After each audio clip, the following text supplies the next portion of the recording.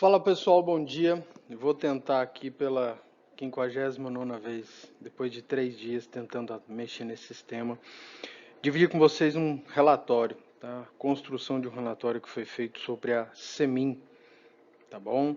Foi a pedido de um parceiro meu, um amigo meu, Denis, tá? E a gente vai tentar dividir com vocês algumas informações muito importantes dessa empresa. Bom, para quem não sabe, meu nome é Michael, tá? Eu sou o criador do IFE, Instituto de Finanças e Investimentos.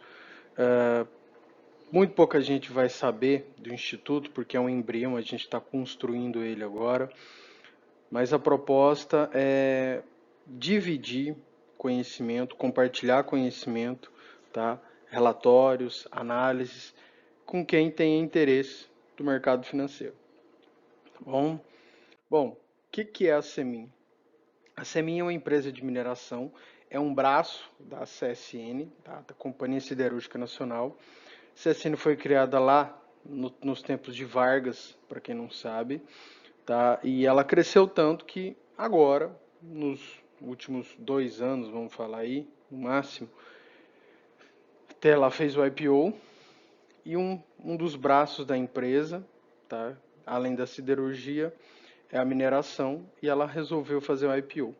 80% da Semin é controlada pela CSN, tá? Então dá para entender quem é que está no comando do grupo, isso é muito importante, tá? Bom, vou desenhar para vocês um mapa da operação. O que é a Semin? O que ela trabalha? Com que a Semin trabalha? Qual é o grande objetivo dela? Deixa eu ver se eu consigo melhorar aqui o enquadramento. Essa luz aqui atrás está me torrando. Pronto, vamos lá. Bom, a CSN, a Semin Mineração, ela tem duas grandes minas, que é a Casa de Pedra, tá? E a Engenho Pires. A Casa de Pedra, ela tem uma reserva de 300 bilhões de toneladas de minério e uma produção de 30 milhões. Se a gente fizer uma conta básica aí, são 100 milhões.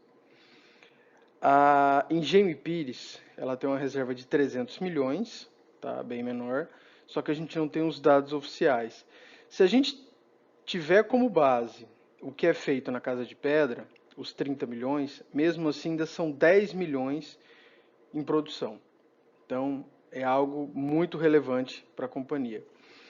Bom, depois que o minério é extraído, ela vai para a MRS. Quem faz o transporte desse minério, tá, é uma ferrovia, MRS, que por curiosidade, olha que interessante, 18,63% dessa ferrovia pertence à CSN. Ela é dona também. Então, uma parte do processo foi verticalizada aí, tá?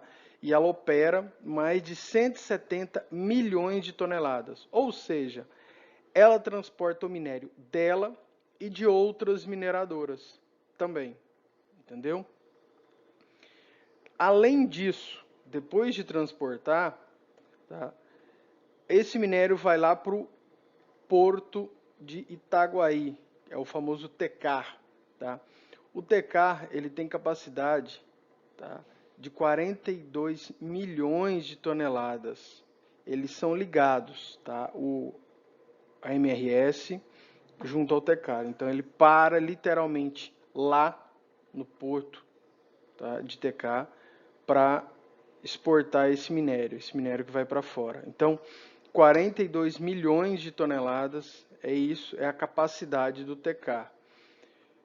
O que acontece? Um fato muito interessante, só para a gente entender o processo.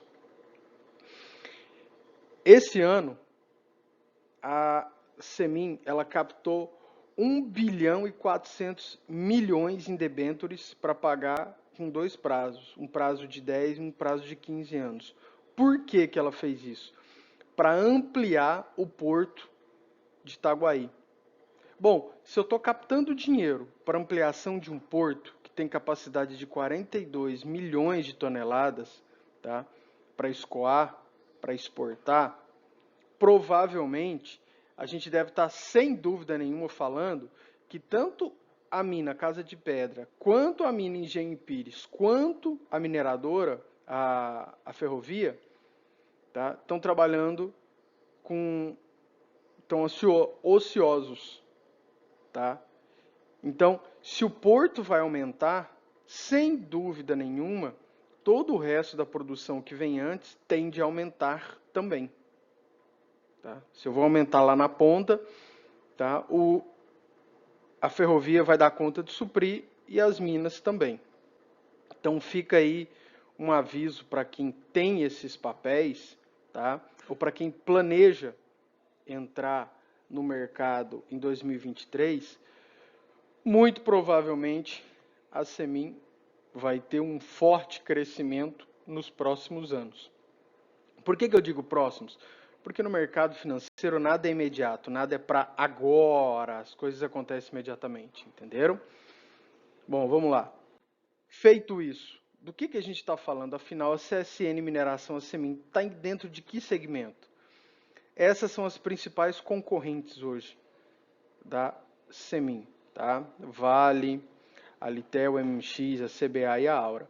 Só que se a gente falar de colocação, de posição do mercado, a Vale dispensa apresentações, a gente já sabe o segmento, já conhece o que é. E a CSN, que acabou de fazer um IPO, agora, tem menos de 2 anos, tá? Ela é a segunda.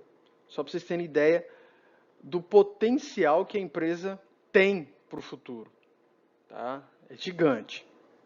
Bom, o papel ele vem derretendo desde maio, aproximadamente maio, tá, do ano passado até agora. Então, ele fez fundo lá na casa dos 3,40, isso falando dos gráficos, só para vocês entenderem, tá? Tá tampado aqui, mas ela fez fundo lá na casa dos 3,40, aproximadamente 3,20, foi isso o fundo dela. Mas o que fez a empresa perder valor de mercado? Olha, preste atenção, valor de mercado e não patrimonial. É que o valor dessa cotação das ações, ela acompanhou, olha aí, ó, o valor do minério. O minério de ferro, ele teve uma queda muito forte de maio do ano passado para cá. Então, o que aconteceu, na verdade, foi que as ações acompanharam a queda do minério. E não que a empresa perdeu valor, a empresa depreciou-se, valeu menos, piorou a produção. Isso é um fato muito importante. Entendeu? Outra coisa, se a gente comparar Semin com os seus pares, com CTBA, com Vale, com MMX, a gente pode ver que é a empresa que mais perdeu valor de mercado, a que mais sofreu com essa correção. Todas, se a gente pegar todas essas outras, também sofreram da mesma forma. Só que Semin foi uma queda mais acentuada. Então a gente acredita que tem um upside muito grande para 2023, 2024 e para os próximos anos, tá bom? Fica o aviso para a gente ficar de olho nos papéis. Vamos dar uma olhada nos fundamentos, nos números da Semin. Olha só, tá? A última vez que eu fiz esse levantamento aí, ela estava R$ 4,08, tá? 2 dias atrás. A empresa tem um endividamento que dispensa apresentações, poxa, tem uma dívida bruta de 8 bi, tem disponível 9.700 e tem em caixa 1 bi e meio. Só para vocês entenderem o que é, tá? O que é o processo da empresa. A empresa tem caixa de sobra para suas operações, tá? É saudável financeiramente. Se a gente falar de indicadores de rentabilidade, poxa, o ROI dela está acima de 21, tá? Isso é espetacular. A margem bruta, que é de 42, e a líquida é de 23. Fenomenal. Tem uma margem líquida de 23. Que empresa que tem uma margem líquida de 23%? Incrível isso. Se a gente falar de indicador de valuation, a empresa paga um yield de 24%, mais de 24%. O PL dela praticamente 8%. O PVP de 1,69%. O VPA dela é de 2,40 e o LPA de 51 centavos. Está cobrindo aí, mas é de 51 centavos. E um negócio que é bem interessante, para quem monta uma carteira focada em dividendos, tá? participação dos lucros, de 2021 para 2022, 2021 ela pagou 46 centavos, quase 47. 2022 ela pagou 92, ela praticamente dobrou o seu yield. Tá? Então, assim, é fenomenal os números que essa empresa entregou em 2022. Tudo indica, tudo aponta para céu de brigadeiro. Veremos o que vai acontecer, tá? Mas com a alta do dólar, tá? A gente acredita que isso vai acontecer para 2023. A Semin é uma das empresas que vai se favorecer, porque o produto que ela vende é cotado em dólar, então tende a ser muito favorável para ela, tá bom? E para finalizar, que está a confirmação que eu falei, as debentures, tá? Ela emitiu as debentures em julho desse ano, de 1,4 bi. A primeira para 10 anos, pagando IPCA mais 6,87, a segunda para 15 anos, IPCA mais 7. Tá? E a ideia é destinar isso para o porto, tá, de Itaguaí, o TK.